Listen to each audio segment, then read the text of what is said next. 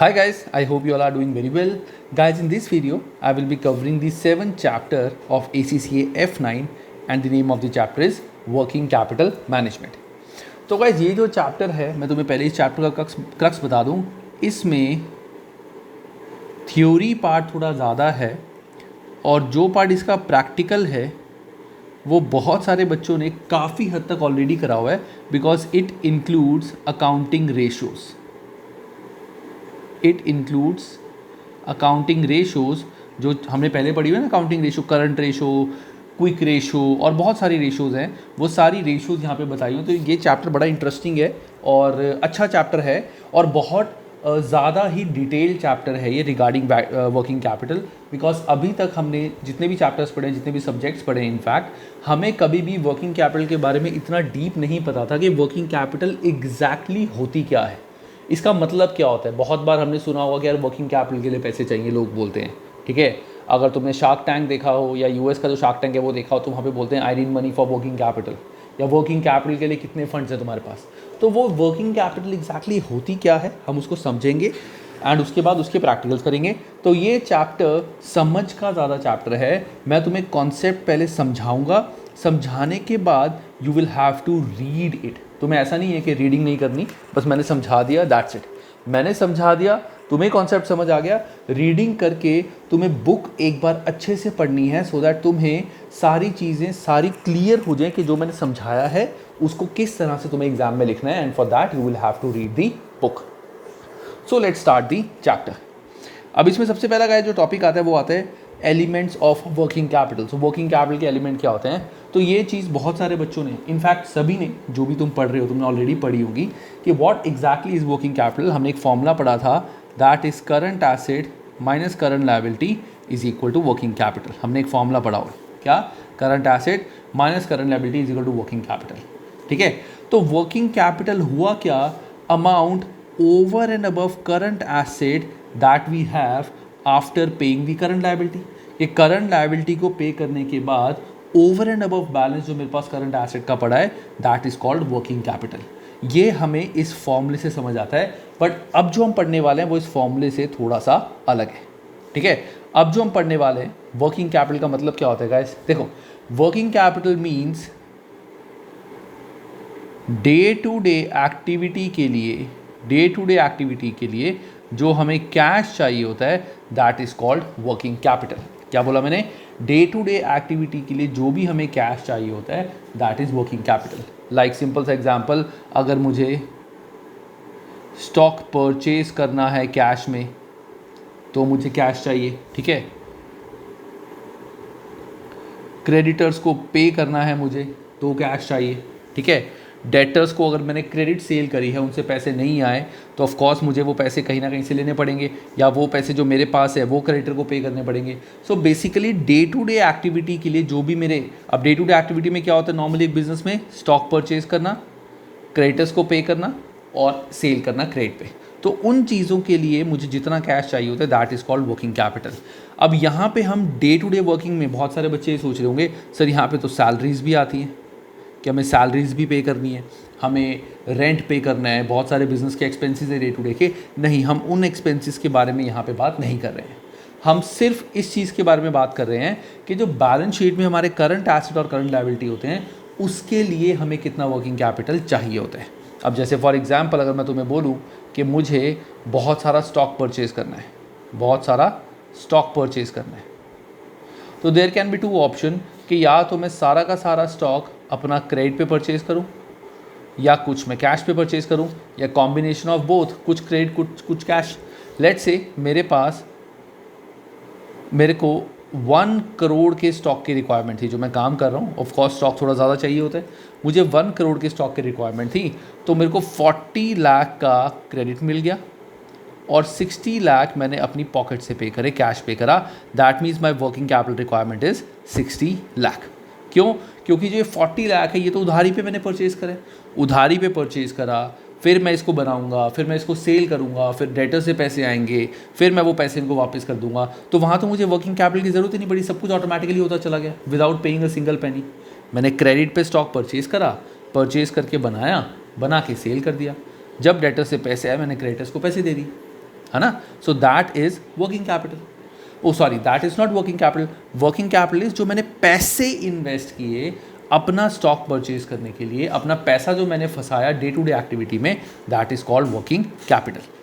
अब ये जो चैप्टर है एक इन्वेस्टमेंट डिसीजन के लिए वर्किंग कैपिटल बहुत ज़्यादा इंपॉर्टेंट क्यों है, उसका रीज़न क्या है। गाइस पॉइंट इज, अगर मैं मान लो मेरे पास ऑप्शन है, जैसे मैं तुम्हें एक ऑप्शन देता हूँ कि मेरे पास ऑप्शन है कि चाहूँ तो मैं 90% तक का स्टॉक क्रेडिट पे परचेज करता हूँ और 10% में कैश मुझे देना पड़ेगा। आई हैव दिस ऑप्शन कि मैं 90% का जो स्टॉक है वो मैं क्रेडिट पे परचेज कर सकता हूँ। ऑफकोर्स क्रेडिट पे परचेज करूँगा तो मुझे इस पर इंटरेस्ट भी पे करना पड़ेगा। अगर मैं क्रेडिट पे परचेज करूँगा तो maybe I will require to pay interest अगर डिले हो गया या कुछ भी है, ठीक है ना। कैश पे करूँगा तो ऑफकोर्स कोई इंटरेस्ट नहीं लगेगा। लेकिन अगर तुम सोचो मेरे पास ये ऑप्शन है कि 90% में क्रेडिट पे परचेज करता हूँ, 10% कैश। मैंने सोचा कि मेरे पास बहुत कैश रखा हुआ है, मैंने कहा मैं एक काम करता हूँ 100% यानी पूरा 1 करोड़ का मैं स्टॉक परचेज करके रख लेता हूँ। क्या दिक्कत है, अपनी जेब से पैसे चले जाएंगे, ना किसी को दिक्कत है ना कोई पैसे लेन देन है। कहते हैं ना जितने होते हैं पैर उतने पसारने चाहिए, ठीक है। तो कई लोग सोचते हैं कि यार क्यों हम पैसे बिजनेस में क्यों हम पैसे जो हैं वो हम ऐसे ही रखें, हम उस पैसे से स्टॉक परचेज करके रख लेते हैं। अच्छा है ना, किसी क्रेडिटर को क्रेडिट नहीं होगा, हम जब चाहे स्टॉक को रख सकते हैं, जब चाहे स्टॉक को बेच सकते हैं, कोई कंडीशन नहीं है स्टॉक को जल्दी जल्दी बेचना है क्योंकि क्रेडिटर को पैसे देने हैं, कोई इंटरेस्ट पे नहीं करना, कर सकते हैं। लेकिन इसका हमें नुकसान क्या होगा गाइस, इस चीज़ का हमारे को लॉस क्या है, ध्यान से सुनना। पहला लॉस इस चीज़ में क्या होगा, ये पैसे जो हमने वर्किंग कैपिटल में इन्वेस्ट कर दिए, अगर ये हम किसी और बिजनेस या प्रोजेक्ट में लगाते, अगर हम किसी और प्रोजेक्ट में पैसे लगाते तो हमें उस पर अच्छा रिटर्न मिल जाता। अगर ये पैसे हम किसी और प्रोजेक्ट में लगाते तो हमें उस पर अच्छा रिटर्न मिल सकता था, लेकिन हमने तो कैश स्टॉक में लगा दिया। अब स्टॉक कोई रिटर्न थोड़ी देता है, स्टॉक तो क्रेडिट पे भी परचेज कर सकते थे ना। ऐसा तो नहीं है कि कैश पे परचेज ना करते तो कोई ऑप्शन नहीं था। ऑप्शन ना होती तो अलग बात थी, हम तो क्रेडिट पे भी परचेज कर सकते थे, लेकिन हमने चूज़ किया कि हम तो कैश में परचेज करेंगे। तो हमारा जो प्रोजेक्ट का रिटर्न है वो लूज़ हो गया, अपॉर्चुनिटी लॉस।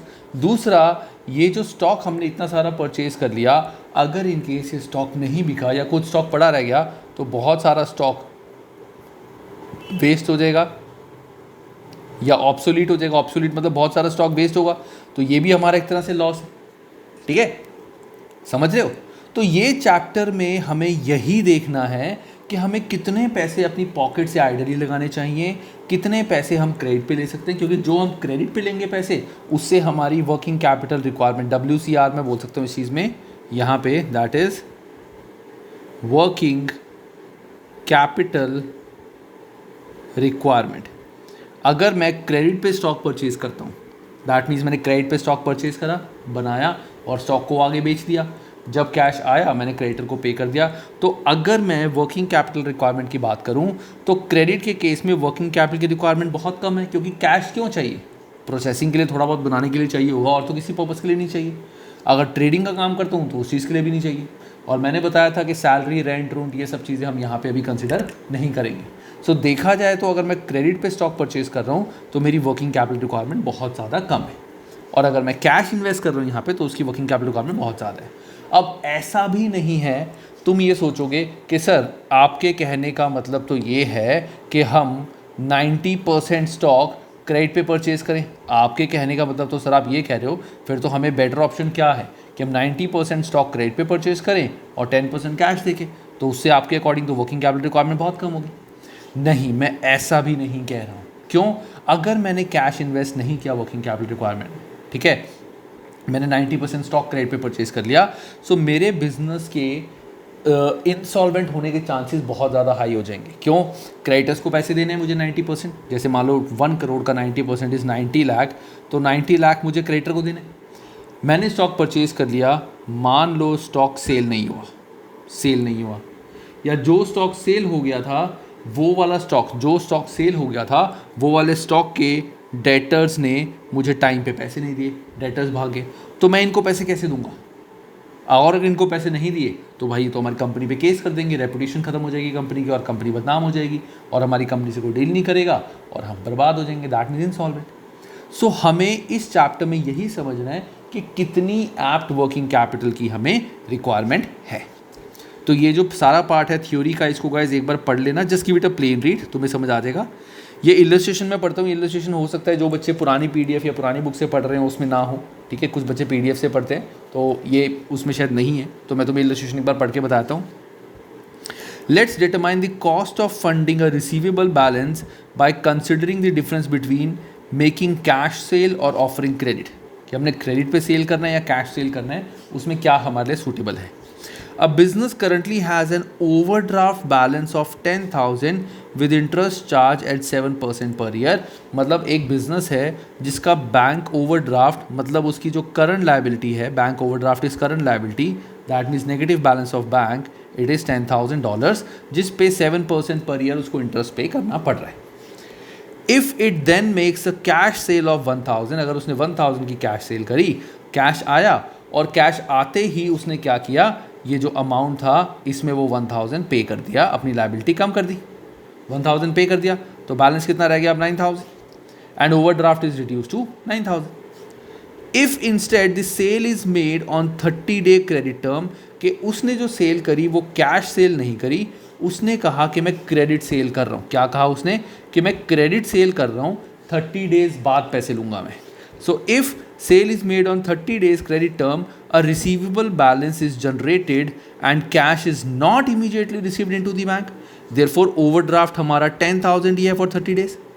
तो यहाँ पे देखो हमारा गाइस लॉजिक क्या हुआ, हमारा 10,000 जो करंट लाइबिलिटी थी उसमें से 9,000 तो हमारी वैसे भी रहनी थी, अगर मैं 1,000 कैश पे करता या 1,000 नहीं पे करता तो 9,000 तो वैसे भी रहनी थी। अब 1,000 अगर मैं ऑन द स्पॉट पे करूं तो मतलब ऑन द स्पॉट इस पर कोई इंटरेस्ट पे नहीं करना। अगर ऑन द स्पॉट मैंने क्रेडिट सेल नहीं करी, कैश सेल करी, जैसे ही पैसे आए मैंने उससे अपना बैंक का लोन रीपे कर दिया, तो कोई इंटरेस्ट पे नहीं करना इस 1,000 पे अभी।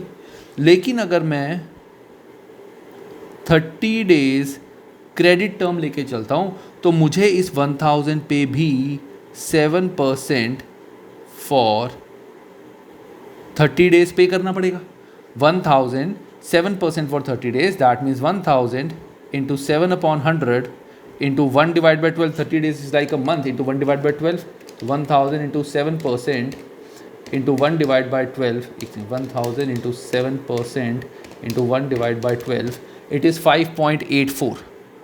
तो 5.83 इन्होंने डेज वाइज करा हुआ है, इन्होंने कैसे करा हुआ है, 1/12 की जगह 30/365। तो मैं ऐसे भी कर लेता हूँ, 1,000 into 7% into 30 divided by 365, it is 5.75। तो करने को कैसे भी कर सकते हैं, इन्होंने मंथ्स के अकॉर्डिंग नहीं करा हुआ, डेज के अकॉर्डिंग करा हुआ, मैंने मंथ्स के अकॉर्डिंग कर लिया। सो पॉइंट इज, अगर मैं डेटर से अभी पैसे नहीं लेके 30 दिन बाद पैसे लेता हूँ तो मुझे इतना एडिशनल इंटरेस्ट पे करना पड़ेगा बैंक में, जो कि मैं अगर कैश सेल करता तो मुझे मिल जाता। अब यहाँ पे अगर मैंने 1,000 की कैश वहाँ से ना लिया, उसके मुझे बेनिफिट्स क्या होंगे, तुम कहोगे सर इसमें तो फिर ये बेवकूफ़ है, ये कैश सेल करता और बैंक में रीपे कर देता। लेकिन इसमें कैश सेल ना करने के बेनिफिट क्या हो सकते हैं, क्रेडिट टर्म्स के बेनिफिट क्या हो सकते हैं, इसके बेनिफिट ये हो सकते हैं कि इसको और ज़्यादा न्यू कस्टमर्स मिलते हैं, क्योंकि बहुत सारे कस्टमर्स हैं जो क्रेडिट पे काम करते हैं। मैंने बताया था नॉर्मली जितने भी बिजनेसेस होते हैं दैट वर्क्स ऑन क्रेडिट। तो अगर तुम किसी को उधार सेल करोगे तो you will get more sellers, more buyer, और लोग आएंगे तुम्हारे पास, ठीक है ना। तो उसके नए कस्टमर्स आते तो वहाँ से शायद इसको एडिशनल बेनिफिट होता।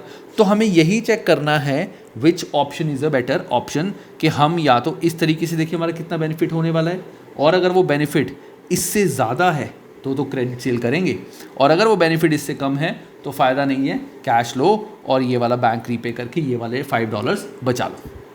तो इन्होंने इसी चीज़ का फॉर्मूला बताया हुआ है, ये इन्होंने इसी चीज़ का फॉर्मूला बनाया हुआ है, पूरी बुक में तुम्हें नहीं मिलेगा, एक बार पढ़ लेना बस।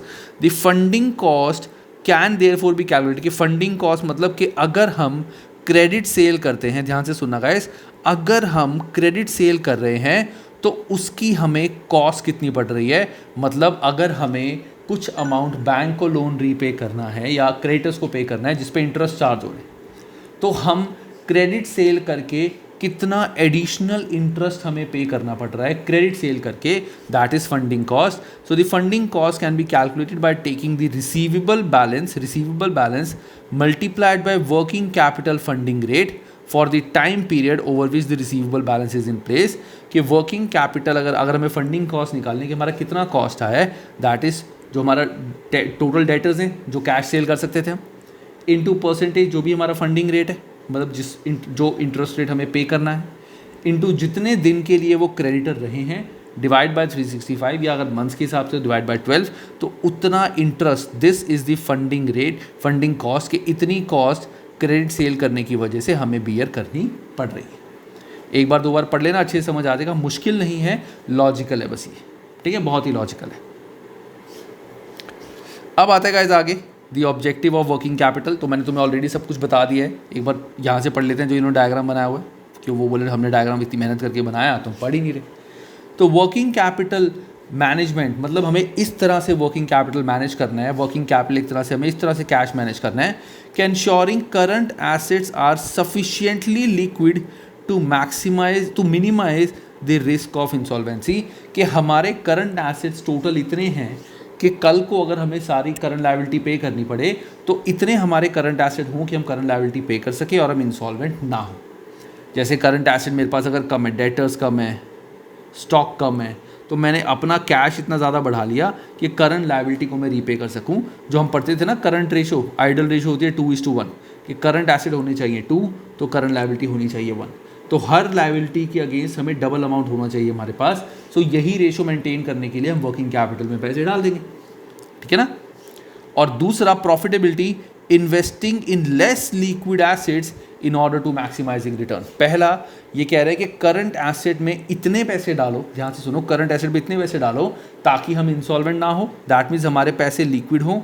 याद रखना वर्किंग कैपिटल में, ध्यान से सुनना, if we amount business in working capital we would get very less और नो रिटर्न। अगर हम वर्किंग कैपिटल में पैसे लगाते हैं तो टेक्निकली हमें कोई रिटर्न नहीं मिलता। ये नहीं है कि हमें 12%, 15%, 18% रिटर्न मिलता है इसमें, तो इस पैसे पे हमें कोई भी रिटर्न नहीं मिलता। तो हमें इतना अमाउंट लगाना है ताकि हम इंसॉल्वेंट भी ना हो। और investing in less liquid assets, ऐसा भी नहीं है कि बहुत सारा कैश अपने पास बिजनेस में रख लो, यूज़ ही ना करो कहीं, कि कैश ऐसे ही पड़ा हुआ है पूरा साल, 2-3 साल। अब मेरे बैंक में लेट से मेरे 10,000 रुपये, लेट से मैंने कुछ नहीं करा, तो बैंक कितना इंटरेस्ट देगा मेरे को? 2-3%।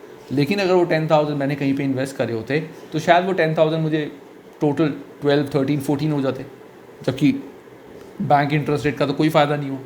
सो वो भी नहीं करना, हमें लेस अमाउंट लिक्विड एसेट्स में रखना है ताकि हम ज़्यादा रिटर्न इसमें कर सकें। ये होता है वर्किंग कैपिटल बैलेंसिंग एक्ट, ठीक है। अब इसको पढ़ लेना गाइस अच्छे से, इसमें कुछ भी नहीं है, just give it a plain read. So guys जो अब हमें बात बताई जाती है वो ये है कि हमें सबको लगता है कि देयर आर 3 टर्म्स या 2 terms, sorry, profitability, liquidity and cash flow. So liquidity और कैश फ्लो, तुमने वैसे प्रॉफिटेबिलिटी कैश फ्लो के बीच में डिफरेंस पता होगा, जो हमने पिछले चैप्टर्स में पढ़ा हुआ है कि how to calculate cash flow, cash inflow from profits, है ना। तो there is a difference between cash flow and profitability, और difference between profitability and liquidity, ये चीज़ हम अब पढ़ेंगे। तो सबसे पहले आता है कैश फ्लो वर्सेज प्रॉफिट। तो why cash flow are different from the profit, ये हम सबको पता है कि it is worthwhile stressing the difference between cash flow and profits. Cash flow is as important as profits. Unprofitable companies can survive if they have liquidity. कि अगर तुम्हारे profits नहीं हैं तब भी you can survive अगर तुम्हारे पास enough liquidity है, that means you have enough cash flow, कि cash तुम्हारे पास है।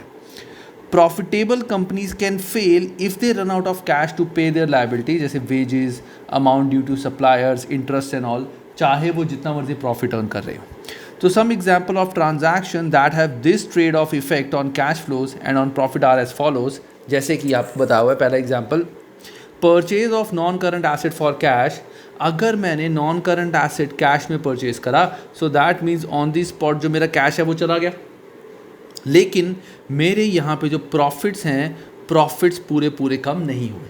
अगर मैंने नॉन करंट एसेट के लिए कोई कैश दे के कोई नॉन करंट एसेट परचेज करा है तो कैश मेरा चला गया, लेकिन प्रॉफिट्स मेरे पूरे कम नहीं होंगे। अगर मैंने एसेट परचेज करा है नॉन करंट एसेट, तो इस पे हर साल मुझे डेप्रीसिएशन मिलेगी और डेप्रिसिएशन फिगर से मेरे प्रॉफिट कम होंगे। एग्जाम्पल, अगर मैंने 1 लाख का एसेट परचेज करा है in cash, that means 1 lakh का मेरा कैश चला गया। लेकिन प्रॉफिट्स में से इफ़ आई से कि इस पर डेप्रिसिएशन लगती है 10%, तो प्रॉफिट में से सिर्फ 10,000 ही माइनस होगा। क्यों? उतनी है डेप्रिसिएशन, पूरा 1 लाख प्रॉफिट में से माइनस नहीं होता। That is this trade off effect. कि ट्रेड ऑफ इफेक्ट मतलब कि कौन सी ऐसी सिचुएशंस हैं जहाँ पे कैश फ्लो अलग होता है और प्रॉफिट में उसका अलग ट्रीटमेंट होता है। Second, sale of goods on credit. मैंने क्रेडिट में गुड्स सेल करें, अगर मैंने क्रेडिट में गुड्स सेल करें तो टेक्निकली क्या हुआ, मेरी सेल्स इंक्रीज़ होगी। सेल्स इंक्रीज़ हो गया मतलब मेरे प्रॉफिट्स इंक्रीज़ हो गए। अगर मेरे क्रेडिट में सेल्स करी हैं तो सेल इंक्रीज़ हो गई, प्रॉफिट इंक्रीज़ हो गए। लेकिन कैश फ्लो में कोई चेंज नहीं आया। क्यों? ना तो इसमें कोई कैश आया, ना मैंने कोई कैश दिया, क्योंकि क्रेडिट सेल है। बाद में आएगा अलग बात है, लेकिन अभी तो नहीं आया ना। ठीक है। With some payment made as tax, मैंने टैक्स की पेमेंट आज करी है, लेकिन प्रॉफिट में मुझे उसका इम्पैक्ट नेक्स्ट ईयर मिलेगा। That is because of timing difference, वो भी हम ऑलरेडी पढ़ चुके हैं। सो देखा जाए इसमें ट्रेड ऑफ का मतलब वो यही बता रहा है कि कैश फ्लो और प्रॉफिट्स में there is a difference. That's why हम बोलते हैं कि खाली प्रॉफिट पे बिजनेस को नहीं चलना चाहिए, उसको अपना कैश फ्लो भी देखना चाहिए। अब आता है profitability versus liquidity. So liquidity in the context of working capital management means having enough cash और ready access cash to meet all payment obligations when these fall due. Payment obligation, let's say you can say all current liability, कि मेरे पास enough cash होना चाहिए या readily available cash, liquid form में cash. जैसे मेरे पास short term assets हैं, shares हैं, आज बेचे कल पैसे आ गए, रेडिली अवेलेबल कैश होना चाहिए ताकि मैं जब भी मुझे पेमेंट करनी पड़े मैं करंट लायबिलिटी की पेमेंट कर सकूँ।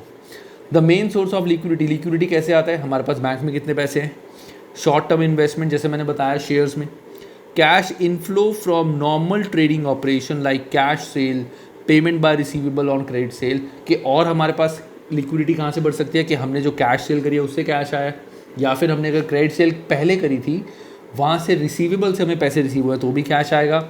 एंड ओवरड्राफ्ट फैसिलिटी और other source of extra boring, कि मैंने शॉर्ट टर्म लोन लिया है बैंक से, जो मैंने बोला है कि मैं 3 मंथ्स में रीपे कर दूंगा, तो वहाँ से भी मेरे पास कैश आता है। सो दैट इज़ लिक्विडिटी, याद रखना।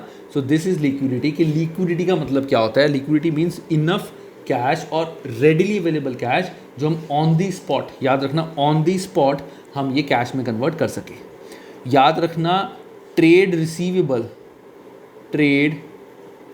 रिसीवेबल हम उसको लिक्विड नहीं बोलते। क्यों नहीं बोलते लिक्विड? कि अगर मुझे ऑन द स्पॉट कैश चाहिए तो क्या मैं रिसीवेबल से पैसे ले सकता हूँ? It's not necessary. रिसीवेबल बोलेगा नहीं मैं अभी पैसे नहीं दे सकता, मेरा जो टाइम है मैं तभी पैसे दूंगा। तो रिसीवेबल को हम लिक्विड नहीं बोलते। जब रिसीवेबल से पैसे आते हैं दैट इज कॉल्ड हमारा working capital. The basis of trade off is where company is able to improve its profitability. कि प्रॉफिट तो कंपनी ने बढ़ा दिए but at the expense of tying up cash, कि हमारा कैश लिक्विड कैश बहुत ज़्यादा है, बिजनेस में बहुत ज़्यादा लिक्विड कैश है लेकिन हमारे प्रॉफिट बढ़ गए। ठीक है, कैसे हो सकता है इसका? Receiving a bulk purchase discount improve profitability for buying more inventory than currently required reduce liquidity. कि हमें बोला किसी ने कि तुम अगर इन्वेंट्री ट्रिपल लोगे तो मैं तुम्हें ज़्यादा डिस्काउंट दे दूंगा। तो देखा जाए ओवरऑल डिस्काउंट मेरे को जो इन्वेंट्री थी वो सस्ती पड़ी है तो मेरे को एक प्रॉफिट हो गया, है ना। लेकिन मेरे पास इतनी ज़्यादा इन्वेंट्री हो गई जो मुझे रिक्वायर्ड नहीं थी, तो वेस्टेज भी ज़्यादा होगी, तो वहाँ पे मेरा कैश फंस गया है। तो दैट इज़ कॉल्ड हमारा ट्रेड ऑफ। कि हमने बल्क परचेज में डिस्काउंट बचाने के चक्कर में हमने अपना बहुत ज़्यादा कैश इन्वेस्ट कर दिया है और अब ये लेस लिक्विड हो गया। क्यों? क्योंकि हमारे पास इतना ज़्यादा स्टॉक पड़ा है, क्या पता वो ना बिके। दूसरा, offering credit to customer attracts more customer so improve profitability but reduce liquidity. अगर हम कस्टमर्स को क्रेडिट पे गुड सेल करेंगे तो क्या होगा? हमारी क्रेडिट सेल बढ़ेगी, मतलब प्रॉफिट बढ़ेंगे, हमारे प्रॉफिट खूब बढ़ेंगे। लेकिन हमारे पास कैश तो आया नहीं है तो लिक्विडिटी भी हमारे पास नहीं होगी। बेसिकली जो हमने ऊपर पढ़ा था सही वही है कि कैश फ्लो हमारे पास कोई भी नहीं आएगा। क्यों? क्योंकि कैश तो आया नहीं, हमने सेल ही क्रेडिट पे करी है, तो कैश में कोई चेंज नहीं आया लेकिन क्रेडिट सेल की वजह से प्रॉफिट बढ़ गया। तो एक ही बात है, लिक्विडिटी और वर्किंग कैपिटल को तुम एक तरह से इनको एज सिनोनिम्स यूज़ कर सकते हो। These are kind of same words. ठीक है। अब एक काम करते हैं, इन्होंने छोटा सा क्वेश्चन दिया हुआ है, लेट्स डू दिस क्वेश्चन। इसमें क्या दिया हुआ है हमें, क्वेश्चन में बोला हुआ है, एक सेकंड गाइस, हाँ इसमें बोला हुआ है fill in the blank of the table to identify the advantages of having more और लेस वर्किंग कैपिटल। हमें सारी चीज़ों के कॉन्टेक्स्ट में बताना है कि अगर हमारे पास ज़्यादा वर्किंग कैपिटल है तो वर्किंग कैपिटल ज़्यादा होने से उस चीज़ में क्या फ़ायदा होगा और वर्किंग कैपिटल कम होने से उस चीज़ में क्या फ़ायदा होगा।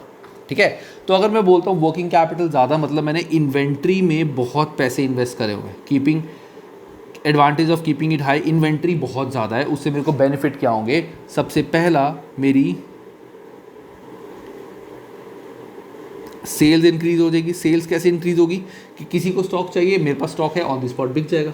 अगर मेरे पास स्टॉक नहीं है तो वो बंदा बोल सकता है नहीं मेरे को तो स्टॉक अभी चाहिए, मेरे पास इतना टाइम नहीं है 2-3 महीने का। जैसे हम किसी शॉप पे जाते हैं, उस शॉप पे सामान नहीं है तो हम किसी और शॉप से जाके ले लेते हैं, तो एक तरह से हमारी सेल थोड़ी इंक्रीज होगी। ठीक है, हमें यहाँ पे जैसा हमने पढ़ा था बल्क डिस्काउंट्स मिल जाएंगे। अगर हम इन्वेंट्री बहुत ज़्यादा हाई लेंगे तो हमें बल्क डिस्काउंट मिल जाएंगे। ठीक है ना, और एक चीज़ हमारी और होती है इसमें, that is reduced cost, reduce ordering cost you can say. मतलब अगर हम बहुत सारा स्टॉक एक बारी में लेके रख लेंगे तो हमें बार बार स्टॉक ऑर्डर नहीं करना पड़ेगा। जैसे होल्डिंग, यहाँ पे हमारी क्या होगी, होल्डिंग कॉस्ट बढ़ जाएगी, इंक्रीज्ड, मैं लिख देता हूँ अच्छा सॉरी वो अलग चीज़ है, मतलब ये देखते हैं। तो मेरी यहाँ पे ऑर्डरिंग कॉस्ट बढ़ जाएगी, मेरे को F2 से याद आया, ऑर्डरिंग कॉस्ट कम हो जाएगी, सॉरी ऑर्डरिंग कॉस्ट कम हो जाएगी क्योंकि मैं एक ही बारी में स्टॉक परचेज कर रहा हूँ। दैट मीन्स स्टॉक का ट्रांसपोर्टेशन मुझे बार बार पे नहीं करना पड़ रहा, तो ऑर्डरिंग कॉस्ट मेरी यहाँ पे कम हो जाएगी। नुकसान, एडवांटेजेस ऑफ कीपिंग लो, अगर मैं इन्वेंट्री कम रखता हूँ उसके फ़ायदे क्या होंगे। हमें नेगेटिव्स नहीं बताने, हमें फ़ायदे बताने हैं कि उसके फ़ायदे क्या होंगे। सबसे पहला, जैसे यहाँ हमने पढ़ा था कि ऑर्डरिंग, अच्छा तो ऑर्डरिंग कॉस्ट इंक्रीज हो जाएगी। यहाँ पे हमारी स्टोरेज कॉस्ट कम हो जाएगी। क्यों, अगर स्टॉक कम है तो मुझे बड़ा गोडाउन नहीं चाहिए, दैट मीन्स मेरे को रेंट ज़्यादा नहीं पे करना पड़ेगा, तो मेरी स्टोरेज कॉस्ट कम हो जाएगी। लेस वेस्टेज, अगर मैं कम स्टॉक ऑर्डर करूँगा तो मेरा स्टॉक वेस्टेज होने के चांसेस बहुत कम है, जितना आया उतना बिक गया। एक्सेस परचेज करा तो काफ़ी सारा स्टॉक बच जाएगा, मे बी सेल ना हो तो वहाँ पे नुकसान हो सकता है, वेस्टेज बड़ी कम होगी यहाँ पे। और तीसरा, cash can be invested anywhere else, कि यहाँ पे मैंने पैसे ना लगा के वो कैश को मैं कहीं और इन्वेस्ट कर सकता हूँ। जैसे मैंने किसी बिजनेस में इन्वेस्ट कर दिए, किसी नए प्रोजेक्ट में इन्वेस्ट कर दिए, तो वहाँ पे मैं ये पैसे इन्वेस्ट कर सकता हूँ। सो इस तरह से मुझे बताना है कि अगर मैं इन्वेंट्री हाई रखता हूँ तो उसके बेनिफिट क्या होंगे, इन्वेंट्री लो रखता हूँ तो उसके बेनिफिट क्या होंगे। ये सारे तुम अपने हिसाब से आंसर्स देना लॉजिकली, और आंसर्स देने के बाद तुम चाहो तो बुक में इसका सॉल्यूशन दिया हुआ है लास्ट में, वहाँ से यू कैन रीड एंड सी कि तुम्हारे आंसर्स कितने सही हैं कितने गलत। बिल्कुल लॉजिकली आंसर्स देना है कि अगर तुम इन्वेंट्री ज़्यादा रखोगे तो क्या फ़ायदे होंगे और इन्वेंट्री कम रखोगे तो क्या फ़ायदे होंगे। सिंपल, ओपन माइंडेडली चैप्टर, बड़ा प्रैक्टिकल चैप्टर है। ठीक है, उस तरह से हमें करना है, कोई रट्टाबाजी कुछ नहीं है। अब नेक्स्ट आता है हमारा topic guys, policies regarding working capital management. और वर्किंग कैपिटल मैनेजमेंट की दो टाइप की पॉलिसीज़ होती हैं, दो टाइप की अप्रोचेज़ होती हैं। First is aggressive approach, second is conservative approach. So conservative approach की अगर मैं बात करूँ, वो ये नाम से ही पता चल रहा है, कंजर्वेटिव मतलब सेफ मतलब कि तुम अपने आप को सेफ करके चलते हो। सेफ करना मतलब कि तुमने एक्सेस स्टॉक परचेज करके रख लिया, तो कल को अगर कोई प्रॉब्लम हो गई, कंपनी मुझे स्टॉक नहीं मिल पाया, या जैसे कोविड आ गया तो लॉकडाउन लग गया, सब कुछ बंद हो गया, तो मेरे पास इनफ स्टॉक है जो मैं बेच सकूं, तो एक्सेस स्टॉक लेके रख लिया। दैट इज़ कंजर्वेटिज्म और safe approach. Aggressive approach means, aggressive means risk लेने वाला, कि मैं एक बारी में बहुत ज़्यादा स्टॉक परचेज नहीं कर रहा हूँ, मैं लिमिटेड स्टॉक परचेज कर रहा हूँ, जितना चाहिए, जब चाहिए होगा मैं और परचेज कर दूंगा, विच इज़ बिट रिस्की, क्योंकि कल को अगर वो कंपनी बंद हो गई या मुझे ऑन दी स्पॉट स्टॉक नहीं मिल पाया, तो बंदा मेरे से सामान भी नहीं परचेज करेगा। तुम किसी शॉप पे गए, मुझे सामान चाहिए, उसने कहा मैं आपको 10 मिनट में ला के देता हूँ, नहीं आया तो तुम चले जाओगे वहाँ से, तो वो एक नुकसान हो सकता है, बट उसके भी अपने फ़ायदे हैं। So there are two type of working capital management, one is aggressive approach and second is conservative approach. So guys देखो अब यहाँ पे क्या बताया हुआ हमें, एक बार इसको पढ़ लेते हैं, तो पढ़ेंगे, ये थ्योरी का चैप्टर है तो अच्छे से पढ़ेंगे, अच्छी चीज़ें समझ आएंगी। So firm choosing to have lower level of working capital including cash then rivals के राइवल से कम वो कैश अपने पास रख रहा है और कैश की फॉर्म में जैसे इन्वेस्टमेंट ये सब वो सब स्टॉक कम रख रहा है, then it is said to have an aggressive approach, whereas a firm with higher level of working capital including cash balance is called to have a conservatism approach, a conservative approach. So an aggressive approach will result in lower working capital funding cost, क्योंकि हमारा जो पैसा है वो working capital में नहीं लगा हुआ, दैट मीन्स हमारी फंडिंग कॉस्ट कम हो जाएगी, क्योंकि हमने पैसा फंसाया तो हुआ नहीं, बहुत सारा कैश रखा हमने जो पैसे हैं हमने वर्किंग कैपिटल में फंसाए नहीं हो, ठीक है ना हमारी बहुत सारी लायबिलिटीज़ हैं ना कुछ है, बट रिस्क बहुत ज़्यादा होगा, क्यों, हमारी सेल्स कम हो सकती हैं, ना हमारे पास इतना ज़्यादा स्टॉक है, ऑन दी स्पॉट बड़ा ऑर्डर आ गया तो वो भी हम एक्सेप्ट नहीं कर पाएंगे. और a conservative approach will result in higher working capital funding but lower risk, बहुत सारा कैश एंड कैश इक्विवेलेंट्स हमारे पास है तो कोई इशू की बात ही नहीं है. Why is the aggressive approach high risk, aggressive approach का रिस्क हाई क्यों होता है, क्योंकि अगर मैं स्टॉक अपने पास कम रखूँगा, कैश अपने पास कम रखूँगा, तो ऑन दी स्पॉट मान लो अगर मुझे क्रेडिटर्स को पैसे देने पड़ गए तो मैं कैसे दूंगा, और मान लो ऑन दी स्पॉट मेरे पास कोई बड़ा ऑर्डर आ गया, मैं एक्सेप्ट ही नहीं कर सकता, इतना सारा स्टॉक तो मेरे पास है ही नहीं. So low working capital balance comes from having low receivable, मतलब रिसीवेबल भी कम है, एंड इन्वेंट्री एंड और हाई पेबल्स, के पेबल्स हमारे बहुत ज़्यादा हैं कि हमने क्रेडिट पे बहुत स्टॉक परचेज़ किया हुआ है. वो कि जो हमारा एग्रेसिव अप्रोच है उसका मतलब क्या होता है, मैंने आई थिंक ऊपर गलती से लेस क्रेडिटर्स बोल दिया था. सो मेरे कहने का मतलब था हमने कैश बहुत कम इन्वेस्ट किया हुआ है बिजनेस पे, हमारे क्रेडिटर्स यानी पेबल्स बहुत हाई है, हमने कैश नहीं इन्वेस्ट किया, हमने पेबल्स से स्टॉक परचेज करके आगे सेल करा हुआ है. Offering shorter credit terms to customer will reduce receivable levels, but this will also be risky as it may leave the company in less competitive position with customers looking elsewhere for supplier who offer them more generous credit. कि अब हमने इतना सारे creditors से stock purchase करा हुआ है, credit पे स्टॉक परचेज करा हुआ है, तो हमारे लिए रिस्क क्या है, हम डेटर्स को ज़्यादा लंबा क्रेडिट टर्म नहीं दे सकते. हम ये नहीं बोल सकते डेटर्स को कि क्रेडिटर्स जो थे उनसे हमने 30 डेज़ के टर्म्स में हमने स्टॉक लिया हुआ है, तो हम डेटर्स को ये नहीं बोल सकते कि हमें 60 डेज़ में पैसे दो, क्योंकि अगर 60 डेज़ में मैं उनको बोलूँगा पैसे दो मुझे, तो 30 डेज़ वाले बंदे क्रेडिटर्स को एडिशनल 30 डेज़ के लिए मुझे इंटरेस्ट पे करना पड़ेगा, और कल को वो भी क्रेडिट नहीं देंगे कि यार 30 दिन का बोल के 60 दिन बाद पैसे दे रहे, तो वो एक रिस्की सिचुएशन हो जाएगी. ठीक है, तो एग्रेसिव अप्रोच मीन्स कि हमने कैश नहीं इन्वेस्ट किया हुआ, हमने स्टॉक उधारी पे परचेज करके काम कर रहे हैं, हम क्रेडिट पे ज़्यादा काम कर रहे हैं. तो सिंपल सा क्रक्स क्या हो सकता है एग्रेसिव का,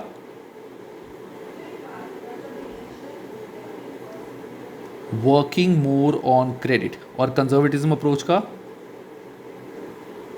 वर्किंग मोर ऑन कैश, कि हम कैश पे ज़्यादा वर्क कर रहे हैं, क्रेडिट पे ज़्यादा वर्क नहीं कर रहे. Keeping inventory level low carries a risk of stock out, जैसे मैंने बताया था, where a company is not able to fulfil demand at it has run out of available stock.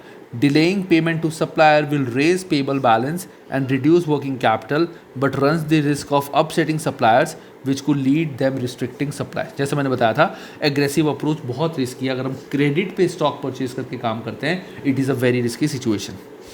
अब आता है over capitalisation and working capital.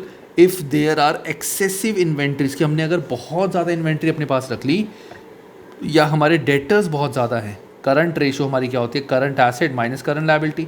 So current asset बढ़ाने के लिए मैंने बहुत सारा स्टॉक परचेज कर लिया, बहुत सारी क्रेडिट सेल करी, और कैश बहुत ज़्यादा रख लिया, उससे नुकसान क्या होगा, this will be over investment by the company in current assets, working capital will be excessive and company would be over capitalise. कि तुमने इतना पैसा करंट एसेट में रखा हुआ है कि करंट रेशो हमें आइडल बोला गया, अगर 2:1, मेरी करंट रेशो 10:1 है, कि मतलब एक क्रेडिटर के लिए मेरे पास इतना ज़्यादा 10 टाइम्स ज़्यादा मेरे पास पैसे हैं. उससे मेरा ही नुकसान क्या है, उससे नुकसान ये है कि मेरा ये जो इतना पैसा मैंने करंट एसेट में रखा हुआ है, वो पैसा मैं कहीं बिजनेस में इन्वेस्ट कर लेता. करंट एसेट मतलब खूब सारे स्टॉक, खूब सारे रिसीवेबल्स, मतलब ना तो मेरे को रिसीवेबल से पैसे आ रहे, स्टॉक ज़्यादा है मतलब मेरा स्टॉक नहीं बिक रहा. अगर स्टॉक ज़्यादा पड़ा है दैट मीन स्टॉक नहीं बिक रहा, अगर बिक रहा है तो स्टॉक कम है. अकाउंट रिसीवेबल यानी डेटर्स ज़्यादा है, मतलब मेरे को पैसे टाइम पे नहीं आ रहे, और अगर पैसे आ रहे हैं, मेरे पास कैश है, तो वो कैश कम नहीं हुआ कि मैंने और स्टॉक परचेज नहीं करा, या उस स्टॉक से मैंने पेमेंट नहीं करी, या whatever the situation is. So point is, मेरे पास रिसीवेबल्स या इन्वेंट्री या कैश बहुत ज़्यादा है, इतना पेबल नहीं है मेरे पास, so that means company would be over capitalise, कि तुम जितने पैसे तुम्हें चाहिए उससे ज़्यादा ट्रेड कर रहे हो, विच इज़ नॉट गुड। ठीक है ना। उससे बेटर तो ये है कि जितना तुम्हारे को, अब कई बच्चे सोच रहे होंगे सर ये तो अच्छी बात है ना, ओवर कैपिटलाइजेशन तो अच्छी बात है। क्यों अच्छी बात है? देखो, कुछ बच्चे सोच रहे होंगे, मैं नहीं कह रहा अच्छी बात है, कुछ बच्चे सोच रहे होंगे कि सर अगर हमारे पास मान लो स्टॉक बहुत ज़्यादा हाई है और हमारी कोई वेस्टेज नहीं है, ठीक है, तो ये तो अच्छी बात है हमारे लिए। मैं बोलूँगा तुमने इतना ज़्यादा स्टॉक रखा हुआ है, दैट मीन्स तुम्हारी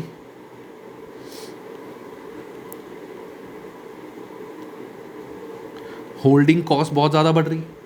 दूसरा जो तुम्हारा स्टॉक है, क्या पता वो स्टॉक ऑब्सोलीट हो जाए। कैसे ऑब्सोलीट हो जाए? कि मार्केट में नया प्रोडक्ट आ जाए, ठीक है ना। तो इतना ज़्यादा स्टॉक नहीं रखना चाहिए हमें। रिसीवेबल्स, अब तुम बोलोगे कि सर रिसीवेबल्स अगर हाई हैं, इसका मतलब हमारी बहुत ज़्यादा सेल्स हैं, बहुत ज़्यादा सेल्स है तो बहुत अच्छी बात है। भाई ज़्यादा सेल थे, रिसीवेबल तुम्हारे बहुत हाई थे। हाई क्यों थे? हाई का मतलब है रिसीवेबल से कैश नहीं आया। अब अगर कैश नहीं आया, इट इज़ नॉट गुड, है ना। अगर तुम्हें कैश नहीं आया, it is not good. Cash तो आना चाहिए तुम्हारे। अब कल को तुम्हारे को मान लो कंपनी में कुछ स्टॉक परचेज करना पड़ा ऑन द स्पॉट, क्रेडिटर ने मना कर दिया, तो कैसे दोगे? रिसीवेबल से तो पैसे आए नहीं, तो this is also not good. और अगर तुम्हारे पास बिजनेस में खूब एक्सेसिव कैश पड़ा है, तुमने क्रेडिटर्स को भी पे कर दिया तब भी कैश पड़ा है, स्टॉक परचेज कर लिया तब भी कैश पड़ा है, तो इतने कैश को वेस्ट रख के तुम क्या करोगे? इसको कहीं और इन्वेस्ट कर लो। सो दैट्स वाई अगर हमारा स्टॉक, रिसीवेबल्स या कैश बहुत ज़्यादा है, it will be called as over capitalisation. अब ओवर कैपिटलाइजेशन के बाद जो नेक्स्ट टर्म आती है, that is called over trading. अब ओवर ट्रेडिंग क्या होता है, ध्यान से पढ़ेंगे। Cash flow is the life blood of a business. Effective and efficient management of working capital investment is essential on maintaining control of business cash flow.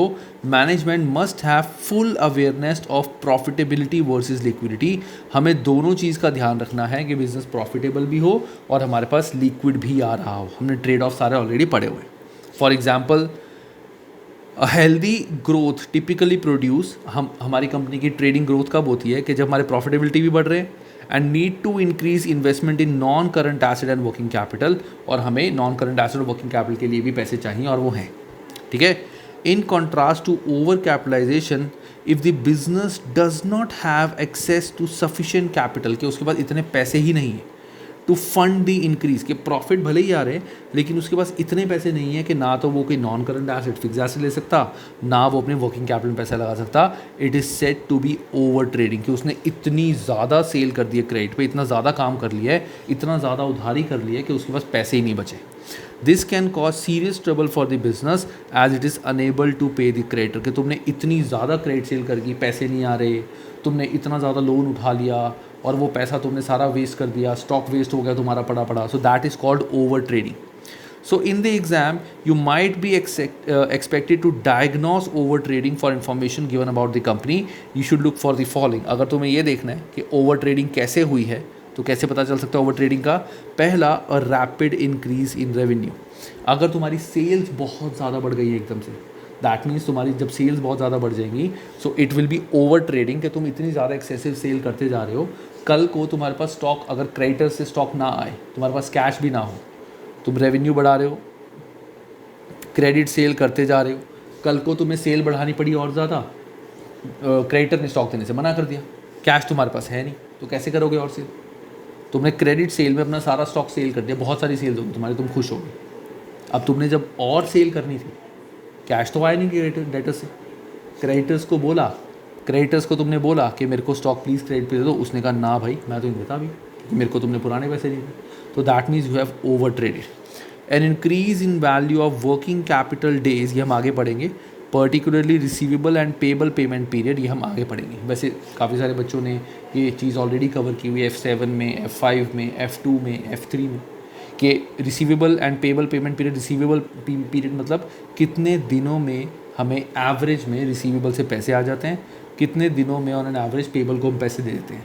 तो अगर ये चीज़ हमारी बढ़ गई, इंक्रीज़ हो गई, इसका मतलब क्या है कि हमारे पास ऑन द स्पॉट पैसे नहीं आ रहे, ना हम ऑन द स्पॉट पैसे पे कर पा रहे हैं, टाइम बहुत ज़्यादा लग रहा है, तो that is over trading. Most of the increase in asset is being financed by credit. जितना भी हमारे एसेट्स बढ़े हैं वो फाइनेंस से बढ़े। And last, a dramatic drop in liquid ratios, जो हम आगे पढ़ने वाले हैं कि लिक्विड रेशियोज हमारी एकदम से कम हो गई कि हमारे करंट एसेट कम होते जा रहे हैं और करंट लायबिलिटी बढ़ती जा रही है. So that area is where we have to see we have over trade, कि हमने बहुत ज़्यादा ओवर ट्रेडिंग कर दी है, क्रेडिट सेल बहुत ज़्यादा कर दी, ठीक है, और हमारे रिसीवेबल पेबल पेमेंट पीरियड बहुत ज़्यादा बढ़ते जा रहे हैं. हम टाइम पे ना हमें पेमेंट आ रही है ना हम पेमेंट कर पा रहे हैं, ठीक है. हमारे पास कैश ही नहीं बचा किसी भी चीज़ के लिए, सारी चीज़ें हम उधार ही पे करते जा रहे हैं, उधार पे बहुत ज़्यादा चल रहे हैं. सो दैट इज़ हमारा ओवर ट्रेडिंग. अब आती है हमारी अकाउंटिंग रेशोज़. सो ये रेशोज़ हमने काफ़ी हद तक पढ़ी है, तो मैं ज़्यादा डिटेल में नहीं जाऊँगा, ऊपर से पढ़ूँगा बस.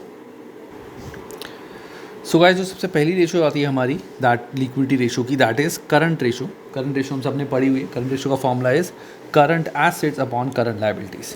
सो current ratio is in terms of this is two 1 और वी कैन से जो भी हमारा आंसर आ रहा है लेट्स से 2 और 3. इसका मतलब क्या होता है कि एक लायबिलिटी के लिए कितने मेरे पास एसेट्स हैं. मतलब अगर $1 की $1 की मेरी लायबिलिटी है तो उसके अगेंस्ट कितने डॉलर्स के मेरे पास एसेट हैं. तो टेक्निकली देखा जाए it is higher the better, but ideal जो मैं बोल सकता हूँ इट इज़ 2 और 2:1 कि हर लायबिलिटी के लिए, हर करंट लायबिलिटी के लिए आई शुड हैव 1 एसेट, ठीक है. So major of 2:1 means that current liability can be paid twice over the existing current asset. Then आता है हमारा क्विक रेशो और एसिड टेस्ट रेशो, और इसको हम एक तरह से लिक्विड रेशो भी बोल सकते हैं. लिक्विड रेशो का मतलब क्या होता है, how much amount I have which is readily convertible into cash. और यहाँ पे याद रखना, यहाँ पे हम रिसीवेबल्स को भी